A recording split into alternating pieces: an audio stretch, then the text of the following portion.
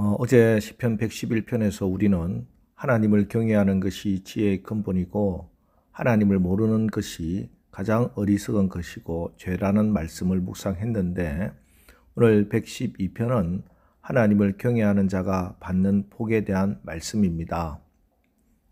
1절, 할렐루야, 여호와를 경외하며 그의 계명을 크게 즐거워하는 자는 복이 있도다.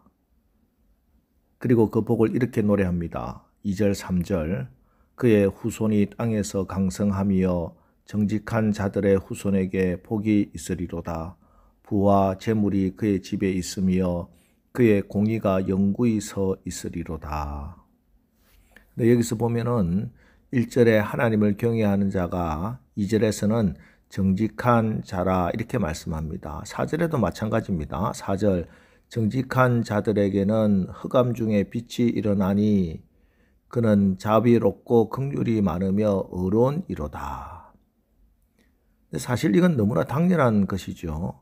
하나님을 경외하는 자는 세상이 두렵지 않습니다. 하나님이 계시니까요.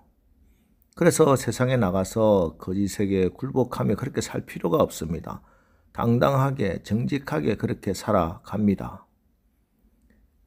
그래서 세상에서는 보통 정직하다는 것을 단순히 거짓말을 안 하고 바른 말 하는 행동을 말하지만, 성경이 말씀하는 정직함이란 보다 근본적인 문제, 외적인 행동보다 그 뿌리를 점검하는 것입니다. 거짓말하면 사람들에게 비난받고 법적인 책임을 질까 봐서 무서워서 거짓말을 안 하는 것이 아니라, 하나님을 경외하고 믿기 때문에, 하나님이 다스려 주시는 것을 분명히 알기 때문에 진실하게 사는 것입니다. 그래서 그 깊은 속에 하나님을 경외하는 마음이 있는가? 이것이 정직함의 본질이라는 것이죠. 그리고 이렇게 하나님을 경외하고 그의 계명을 지키는 사람은 후손이 땅에서 강성한 복을 받고, 또한 부요와 재물이 그 집에 있는 축복이 임한다, 이렇게 말씀합니다. 우리 인생들이 기대하는 큰 축복들이지요. 하나님께서는 자신을 경외하는 자에게 바로 이러한 축복을 내리심을 성경은 수도 없이 말씀하고 있습니다. 그리고 이 말씀은 문자 그대로 이루어 주셨습니다. 따라서 여러분, 이 말씀 그대로 받아들여야 합니다. 그러면 약속대로 그대로 받는 줄 믿습니다. 우리나라의 기업인 중에 존경받는 몇몇 기업인들이 있는데, 그 중에 한 분이 한국유리를 창업한 고 최태섭 장로님입니다. 이분의 경영 철학, 경영은 하나님이 주신 것을 관리하는 청지기라는 청지기 경영론은 너무나 유명하죠. 그리고 평생 고급차를 타지 않고 골프장도 거의 가지 않는 청빈한 기업가로 손꼽힙니다. 이분의 일화인데요, 6.25 전쟁 당시 모두 피난짐을 꾸리는 난리통에 최태섭 회장이 대출금을 갚겠다 은행을 찾아갔습니다. 은행 직원이, 아니 이 전쟁통에 무슨 대출금 갚느냐고, 어떻게 될지 모르니 갚을 필요 없다, 이렇게 했으나 그는 되레 난리통에 내가 죽어서 돈을 갚지 못할지도 모르니 어서 받으라며 구태여 돈을 갚고 영수증을 받은 후에라 피난길에 올랐다고 합니다. 후에 최 회장은 제주도에서 국군의 생선을 납품하는 원양업을 할 수 있는 기회를 얻었습니다. 큰 돈이 필요했지만 담보가 전혀 없었습니다. 그래도 기도하고 융자를 신청하기 위해서 은행을 찾아갔는데, 그 은행장이 일사후퇴 때 돈을 갚고 피난을 간 최 회장을 알아보고 결국 무담보로 2억 원의 융자를 해주었고, 사업이 잘 돼서 그것을 기반으로 나중에 한국유리를 창업하게 됩니다. 오늘 시편의 말씀 그대로 믿고 순종해서 후손이 땅에서 강성한 복, 부여와 재물이 그 집에 있는 축복이 임한 것입니다. 그런데 이렇게 정직한 사람은 다른 사람들, 특별히 연약한 사람들에게 늘 자비롭고 긍휼합니다. 4절, 정직한 자들에게는 흑암 중에 빛이 일어나나니 그는 자비롭고 긍휼이 많으며 의로운이로다. 5절과 9절에서도 은혜를 베풀며 꾸어주는 자는 잘 되나니 그 일을 정의로 행하리로다. 그가 재물을 흩어 빈궁한 자들에게 주었으니 그의 의가 영구히 있고 그의 뿔이 영광 중에 들리리로다. 자비와 긍휼. 우리 주님은 선한 사마리아인의 비유를 통해서 우리에게 자비를 베푸는 긍휼함이 얼마나 소중한지를 친히 가르쳐 주셨습니다. 한 나그네가 예루살렘에서 여리고로 내려가다가 강도를 만났습니다. 가진 것 다 빼앗기고 피투성이가 되어 쓰러져 있습니다. 제사를 집례하고 가던 제사장과 레위인이 그것을 보고 피하여 도망갑니다. 그런데 사마리아인은 그를 불쌍히 여겨 포도주와 기름을 부어 응급처치를 해서 나귀에 태워 주막으로, 요즘 치면 병원이죠, 병원으로 데려갑니다. 치료비가 더 들면 내가 돌아오다 갚을 테니 정성스럽게 치료해 주라, 이렇게 부탁까지 했습니다. 예수님이 묻습니다. 누가 이웃이냐?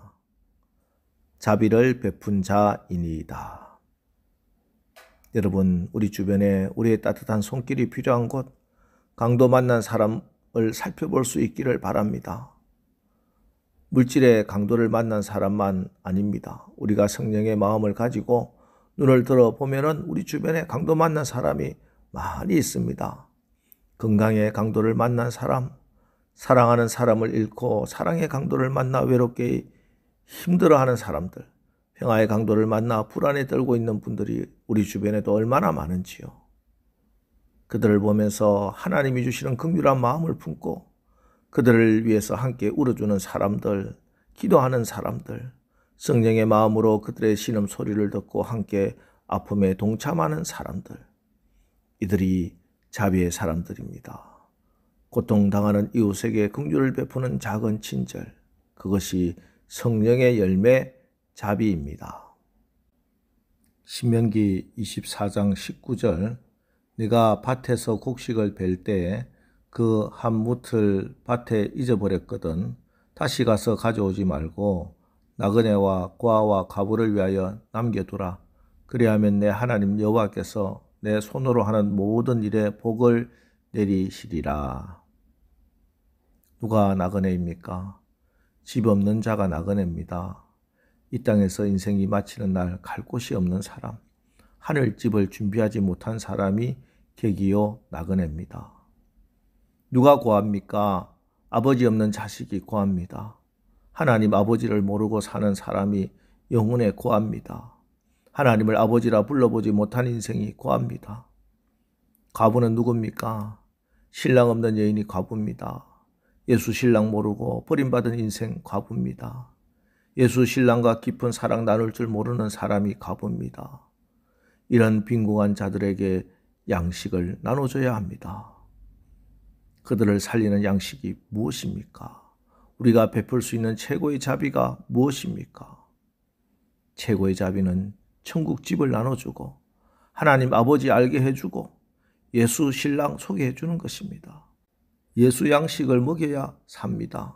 복음 양식 나누어줘야 그들이 삽니다. 예수님께서 심판주로 오셔서 양과 염소, 왼편에 저주받을 자와 오른편에 영원한 낙원에서 복을 받을 자를 구별하시면서 말씀합니다. 내가 줄일 때에 너희가 먹을 것을 주었고 목마를 때에 마시게 하였고 나그네 되었을 때 영접하였고 내가 줄일 때 너희가 먹을 것을 주지 아니하였고 목마를 때 마시게 하지 아니하였고. 여러분, 예수님의 심판은 자비를 베풀지 않는 사람에게는 무자비합니다. 그러나 자비는 심판을 이깁니다. 남편을 긍휼히 여기십시오. 아내를 불쌍히 여기십시오.